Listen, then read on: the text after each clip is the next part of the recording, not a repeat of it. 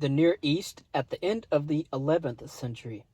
The endemic disunity afflicting Islam at the end of the 11th century would exert a profound influence over the course of the Crusades. So, too, did the Near East's distinctive cultural, ethnic, and political makeup. In truth, this region, the battleground in the war for the Holy Land, cannot be spoken of as a Muslim world. The relatively tolerant approach to subjugation adopted during the early Arab Islamic conquests meant that even centuries later the Levant still contained a very high proportion of indigenous Christians, from Greeks and Armenians to Syrians and Copts, as well as pockets of Jewish population. Nomadic communities of Bedouins also continued to range widely across the east. Migrant Arab-speaking Muslims who had few fixed allegiances. This long-established pattern of settlement was overlaid by a numerically inferior Muslim ruling elite, itself made up of Arabs, some Persians, and the newly arrived Turks. The Near East, therefore, was little more than a fractured patchwork of disparate social and devotional groupings, and not a purebred Islamic stronghold. As far as the main powers within the Muslim world were concerned, the Levant was also something of a backwater, notwithstanding the political and spiritual significance attached to cities like Jerusalem and Damascus. For Sunni Seljuks and Shiite Fatimids, the real centers of governmental authority, economic wealth, and cultural identity were Mesopotamia and Egypt. The Near East was essentially the border zone between these two dominant spheres of influence, a world sometimes to be contested but almost always to be treated as a secondary concern. Even during the reign of Malik Shah, no fully determined effort was made to subdue and integrate Syria until the Sultanate, and much of the region was left in the hands of power-hungry, semi-independent warlords. Thus, when Latin crusading armies arrived in the Near East to wage what essentially were frontier wars, they were not actually invading the heartlands of Islam. Instead, they were fighting for control of a land that in some respects was also a Muslim frontier, one peopled by an assortment of Christians, Jews, and Muslims, who over the centuries had become accumulated to the experience of conquest by an external force, be it at the hands of Byzantines and Persians, or Arabs and Turks. Islamic warfare and jihad. In the late 11th century, the style and practice of Muslim warfare were in a state of flux. The traditional mainstay of any Turkish fighting force was the lightly armored mounted warrior, astride a fleet-footed pony armed with a powerful composite bow that enabled him to loose streams of arrows from horseback. He might also be equipped with a light lance, single-edged sword, axe, or dagger. These troops relied upon speed of movement and rapid maneuverability to overcome their opponents.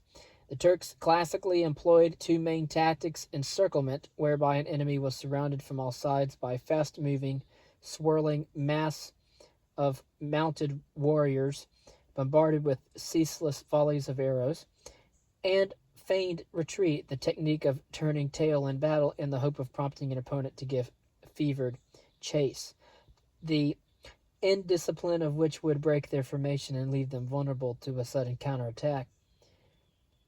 This style of combat was still favored by the Seljuks of Asia Minor, but the Turks of Syria and Palestine had begun to adopt a wider array of Persian and Arab military practices, adjusting to the use of more heavily armored mounted lancers and larger infantry forces, and to the needs of siege warfare. By far and away, the most common forms of warfare in the Near East were raiding, skirmishing, and petty internecine struggles over power, land, and wealth. In theory, however, Muslim troops could be called upon to fight for a supposedly higher cause, that of holy war. Islam had from its earliest days embraced warfare. Muhammad himself prosecuted a series of military campaigns while subjugating Mecca, and the explosive expansion of the Muslim world during the 7th and the 8th centuries, was fueled by an avowed devotional obligation to spread Islamic rule. The union of faith and violence within the Muslim religion, therefore, was more rapid and natural than that which gradually developed in Latin Christianity. In an attempt to define the role of warfare within Islam, Muslim scholars turned to the Quran and the Hadith, the traditions or the sayings associated with Muhammad. These texts provide numerous examples of the Prophet advocating struggle in the path of God. In the early Islamic period, there was discussion about what this struggle or jihad, literally a striving, actually involved, and the debate continues to this day. Some, like the Muslim mystics or the Sufis, argued that the most important or the greater jihad was the internal struggle waged against sin and error. But by the late 8th century, Sunni Muslim jurists had begun to develop a formal theory advocating what is sometimes termed the lesser jihad, rising up in arms to wage physical warfare against the infidel. To justify this, they cited canonical evidence such as verses from the 9th surah of the Quran, including "Fight the polytheists totally as they fight you totally," and hadith such as Muhammad's declaration that a morning or an evening expedition in God's path is better than the world and what it contains, and for one of you to remain in the line of battle is better than his prayers for 60 years. Legal treatises from this early period declared that jihad was an obligation incumbent upon all able-bodied Muslims, although the duty was primarily seen as being communal rather than individual, and the responsibility for leadership ultimately rested with the caliph, making reference to the likes of the hadith, "The gates of paradise are under the shadow of the swords." These treatises also affirmed that those fighting in the jihad would be granted entry into the heavenly paradise.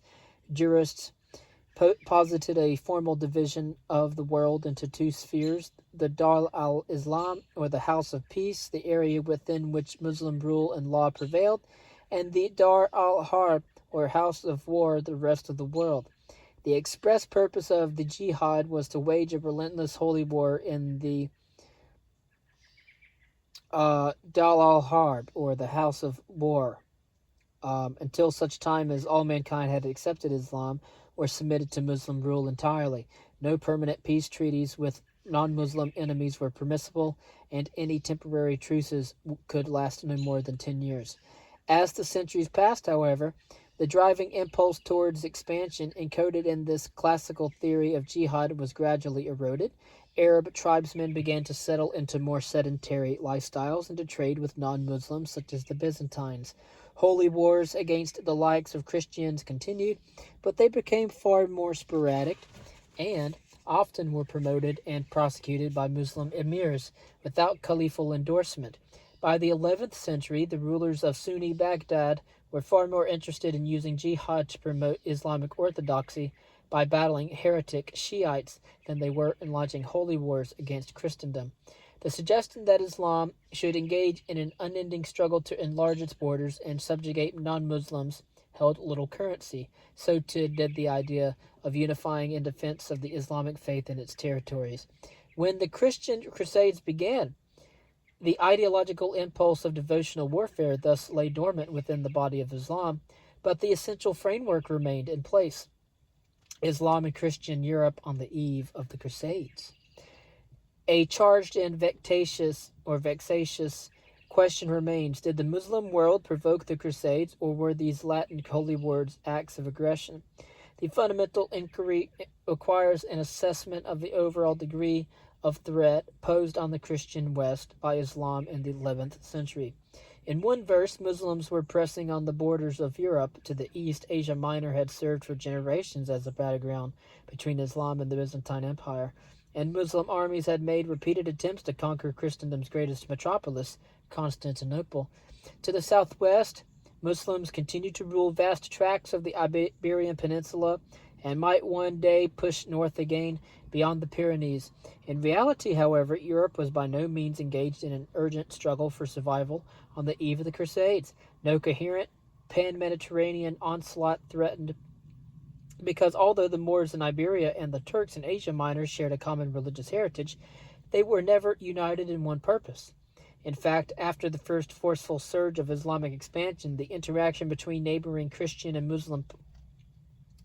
Muslims had been relatively unremarkable, characterized like that between any potential rivals by periods of conflict and others of coexistence. There is little or no evidence to suggest that these two world religions were somehow locked in an inevitable and perpetual clash of civilizations. From the 10th century onwards, for example, Islam and Byzantium developed a tense, sometimes quarrelsome respect for one another, but their relationship was no more fraught with conflict than that between the Greeks and their Slavic or Latin neighbors to the west. This is not to suggest that the world was filled with utopian peace and harmony. The Byzantines were only too happy to exploit any signs of Muslim weakness. In the year 969, while the Abbasid world fragmented, Greek troops pushed eastwards, recapturing much of Asia Minor and recovering the strategically significant city of Antioch. And with the advent of the Seljuk Turks, Byzantium faced renewed military pressure. In 1071, the Seljuks crushed an imperial army at the Battle of Manzikert in eastern Asia Minor, and although historians no longer consider this to have been an utterly cataclysmic reversal for the Greeks, it still was a stinging setback that presaged notable Turkish gains in Anatolia. 15 years later, the Seljuks also recovered Antioch. Meanwhile, in Spain and Portugal, Christians had begun to reconquer territory from the Moors. In the year 1085, the Iberian Latins achieved a deeply symbolic victory, seizing control of Toledo, the ancient Christian capital of Spain. Nevertheless, at this stage, the Latins' gradual southward expansion seemed to have been driven by political and economic stimuli and not religious ideology. The conflict in Iberia did become more heated after 1086, when a fanatical Islamic sect known as the Almoravids invaded Spain from North Africa, supplanting surviving indigenous Moorish power in the peninsula. This new regime reinvigorated Muslim resistance, scoring a number of notable military victories against the Christians of the north. But Almoravid aggression cannot really be said to have sparked the Crusades, because the Latin holy wars launched at the end of the 11th century were directed towards the Levant, not Iberia. So what did ignite the war between the Christians and the Muslims in the Holy Land? In one sense, the Crusades were a reaction to an act of Islamic aggression, the Muslim conquest of sacred Jerusalem, but this had taken place in 638, and thus was hardly a fresh offense. At the start of the 11th century, however, the Church of the Holy Sepulchre, thought to enclose the site of Christ's crucifixion and resurrection, had been partially demolished by the volatile Fatimid ruler known to history as the Mad Caliph Hakim. His subsequent persecution of the local Christian population lasted for more than a decade, ending only when he declared himself a living God and turned on his own Muslim subjects.